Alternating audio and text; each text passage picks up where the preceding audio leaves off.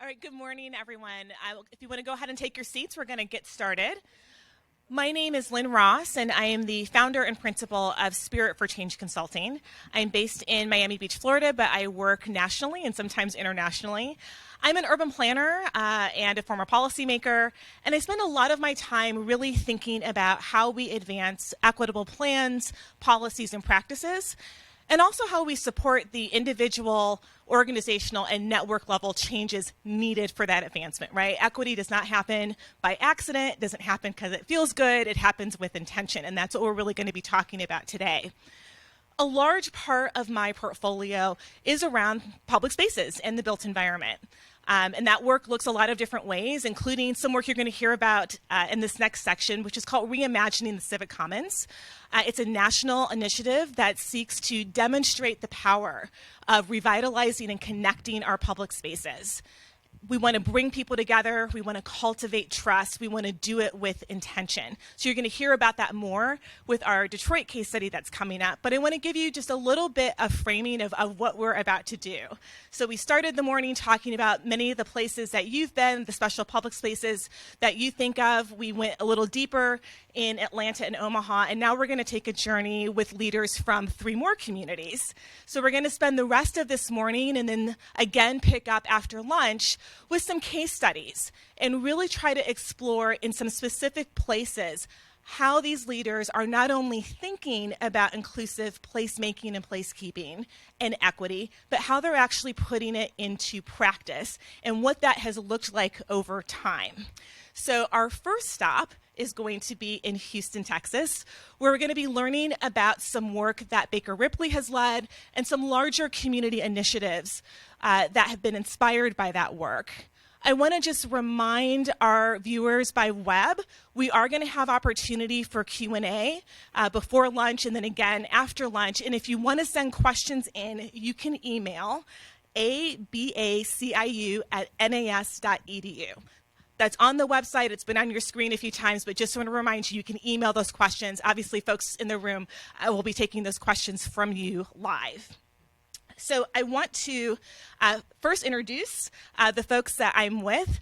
I am sitting next to Joe Carcedo, lost my notes here, who is the Vice President for Grants at the Episcopal Health Foundation, which is based in Houston. Welcome. And through the magic of video conference, we love when Zoom works, we are joined by State Representative Armando Walle, who is in his 6th term at the Texas House of Representatives, where he represents Texas House District 140, which consists of parts of North Houston and also parts of unincorporated North Harris County.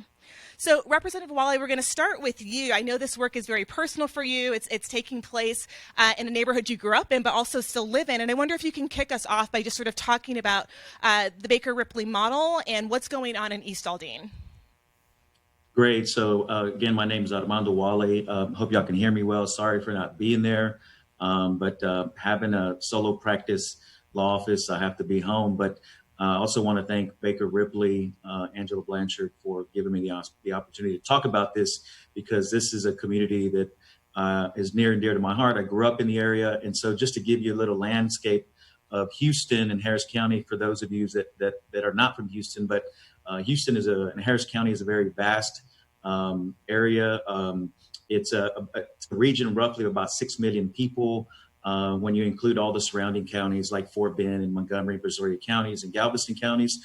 And so my district is situated between downtown Houston, very prosperous area, and the Bush Intercontinental Airport. And so we have 2 major highways, Highway 59, Highway 45, and the Hardy Toll Road that kind of cut the district in half in 3 separate ways. And so usually people go to my area on the way to somewhere else, unfortunately, and on the way to Kingwood or on the way to the Woodlands, which are large suburban areas for us. And I would consider our area an exurb because we're not necessarily inner city. We're not the suburbs anymore, but we do have big city issues. And so our area is highly immigrant population, highly minority. About 25 years ago, this community was pretty diverse in the sense that it was about a third Hispanic, a third African American, and a third Anglo. And so what's happened is a lot of that growth that has happened within the outer rings of the city, folks start, gaining a little money and they start moving out to the suburbs. And so what's happened is a lot of immigrant population has grown in this area. So I would say about 80 to 90% of this area is now Hispanic, a lot of immigrant folks.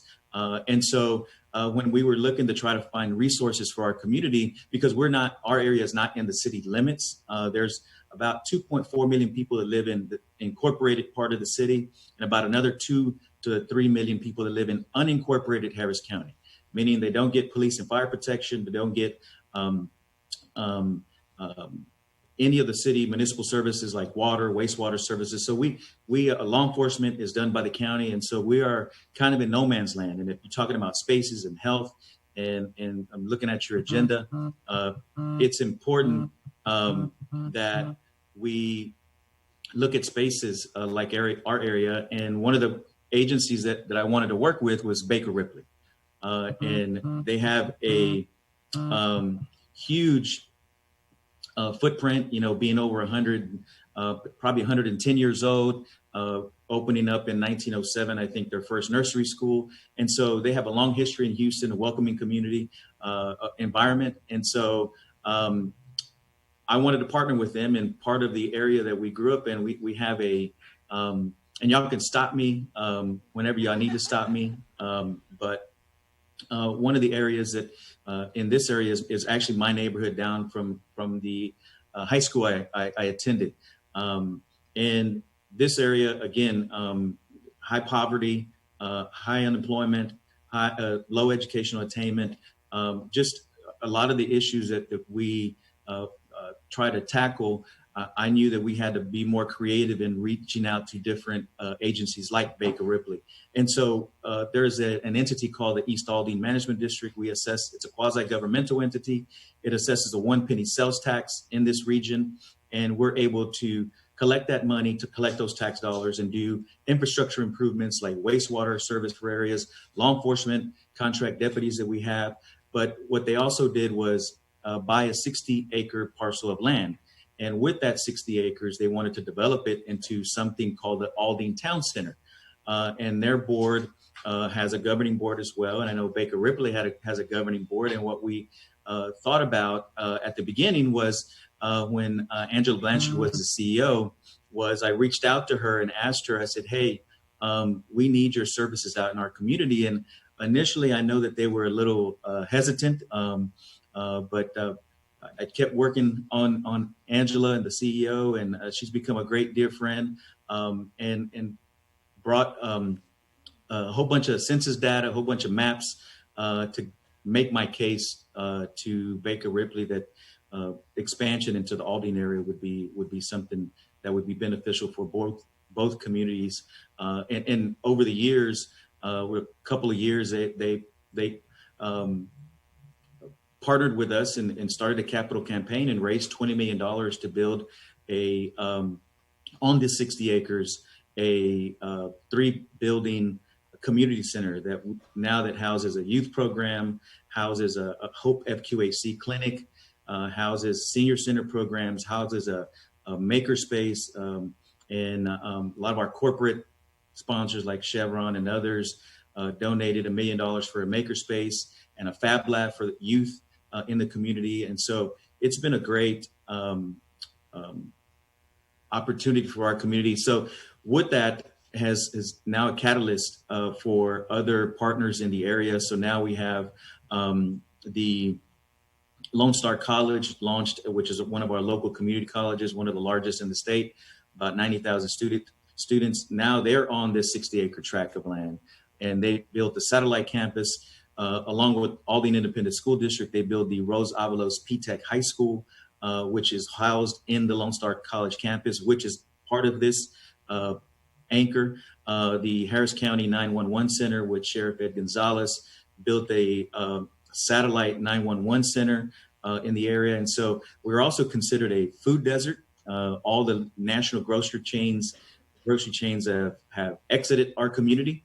Unfortunately, I guess they felt that our community wasn't of value, and it was very upsetting for many of our community members, but also we're trying to entice one of our national or state regional grocers to come back. So I think we're close to getting that done real soon, where we'll have a reinvestment of a grocery train in our community, because they all left. They all went to the suburbs, to those communities like Kingwood and like the Woodlands and the Humbles and the Tascasitas, which are further north of our region.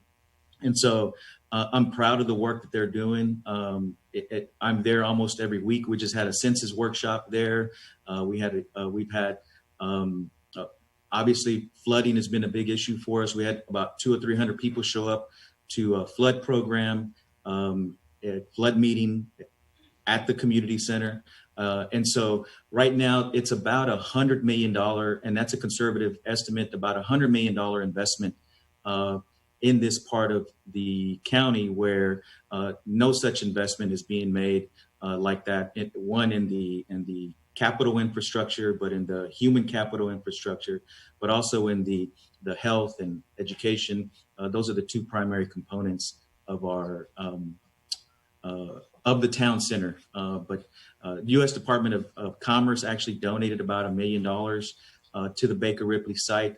So it's it's a public-private partnership, but a lot of thanks needs to be made to Angela and the board, Claudia, the current CEO of Baker Ripley, and their long history, because they're also going to do a lot of immigration work for us, because a lot of the detention centers are up north in the Greenspoint area, which is just north of us. And so for us, we're very proud of it. We're not done. I think we can add a lot more components to the area. I'm a member of the appropriations committee. There's a park, about 200 acre park, city park, right next to this facility. And so we're trying to also tie in that park with the 60 acres so that we build a hike and bike trail system in the area. We were able to secure about $1 million from the legislature to do that. And so the ball's rolling. We have a lot of momentum. And so we're just very proud of what Baker Ripley's done for our community up to this point. And they did a lot of great work in reaching out, having hundreds of meetings with our community members at the junior high and the high school and the elementary schools. They were actively involved in reaching to parents, reaching out to youth to get input on how they wanted the buildings to be built and where they should go and how functionally they're going to work. So I'll stop there. And if some folks have questions, I'll be glad to answer them.